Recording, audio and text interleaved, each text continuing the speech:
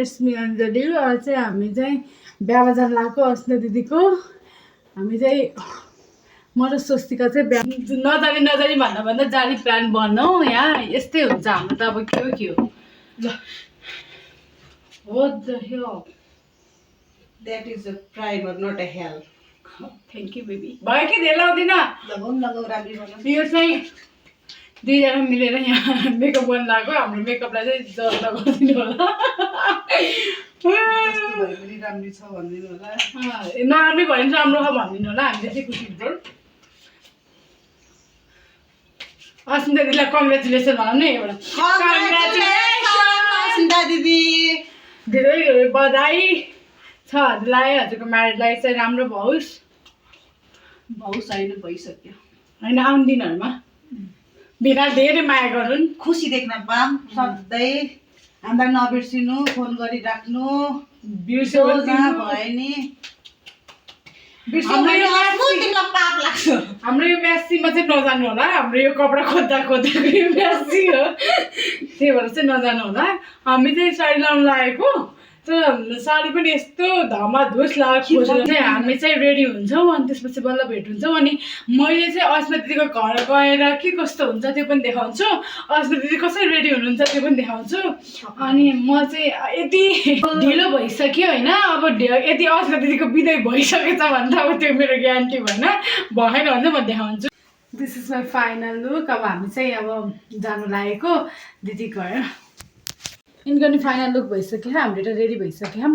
अब चाहिँ हामी जानु लागेको। हाम्रो चाहिँ अझै कति धेरै कामहरू छ। अझै के कर्ली गरेको छु होइन उसको कर्ली गर्ने। म चाहिँ गरेन। म त अलिअलि मात्रै गरेँ। अब मेरो चाहिँ डन।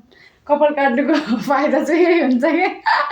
त्यही भएर अब चाहिँ हामी अस्मिता घर गएर भेट्छौँ। अब के कस्तो हुन्छ अस्मिता घर के कस्तो चाहिरहेको जानु लागेको। गाडी त्यहाँ हामी यहाँ। अब हामी जानु लागेको। मेरो गहनाहरू चेन्ज भइसक्यो। अब चाहिँ हामी जानु लागेको बस्नु भइसक्यो।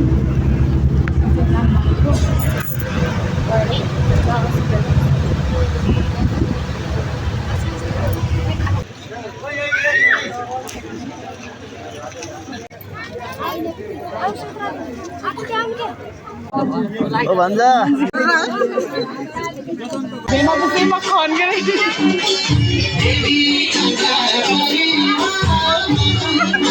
पहिले ह्याङ्की लिएर चाहिँ मेरो खाना है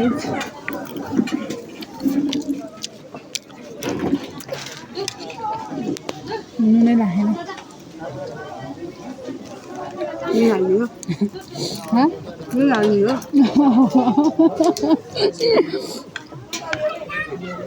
नुन चाहिँ छैन है। मैले धेरै खानु भएको के हो है।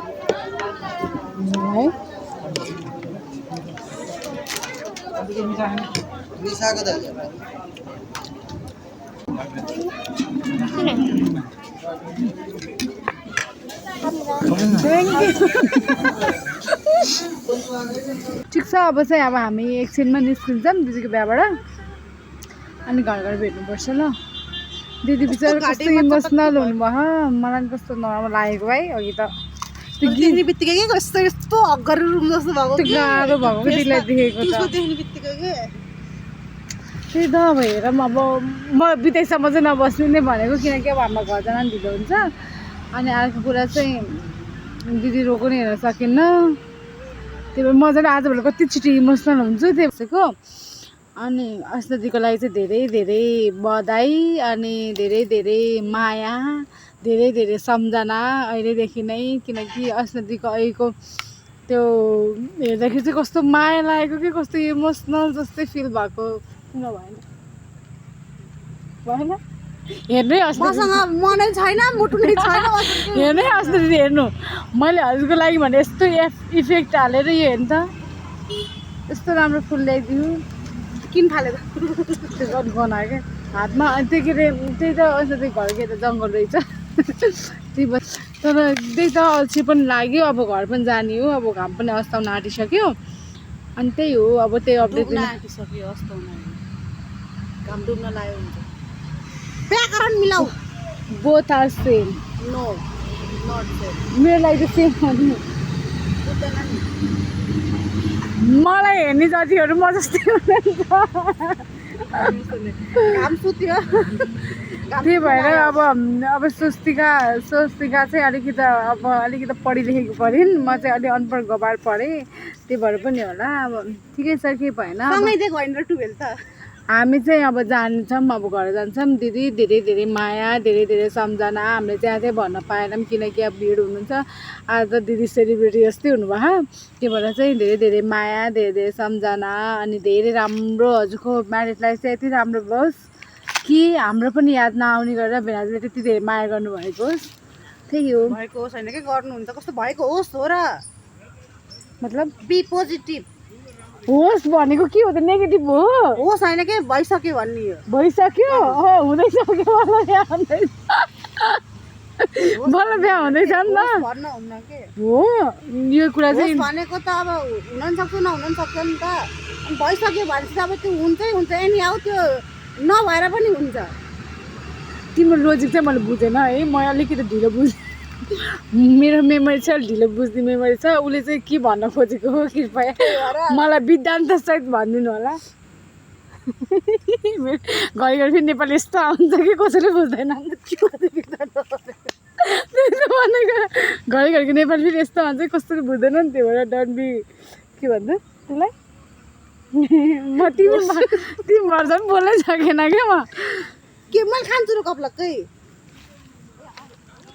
मैंने तुमको प्यार किया है यस्तै छ जिन्दगी अब म चाहिँ झ्याउ लागिरह्यो के गरौँ भएर मैले भ्लग बनाउनु लागेको घरै गएर बनाउँछु घरै गएर भिडियो एडिट गर्छु बाई मेरो बर्थडे आउनुला गिफ्ट लिएर आउनु होला विश नगरे नि पैसा दिनु होला भन न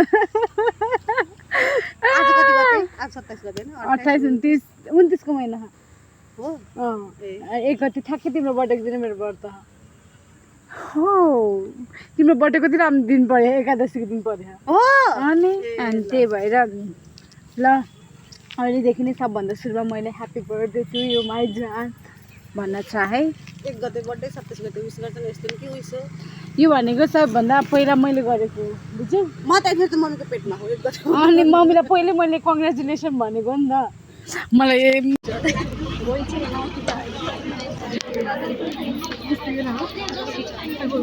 हाई एभ्रिवान म चाहिँ अब घर आइसकेँ लुक एट मी म चाहिँ घर आइसकेँ यिनले चाहिँ लुगा फेरिसकेँ अनि म चाहिँ रुममा आइसकेँ अब मेरो चाहिँ यति नै थियो आजको blog thank you so much for watching मेरो भिडियो अहिलेसम्म हेरिदिनु भएकोमा धेरै धेरै धन्यवाद लाइक गरिदिनु होला सब्सक्राइब गरिदिनु होला कमेन्ट गरिदिनु होला थ्याङ्क यू सो मच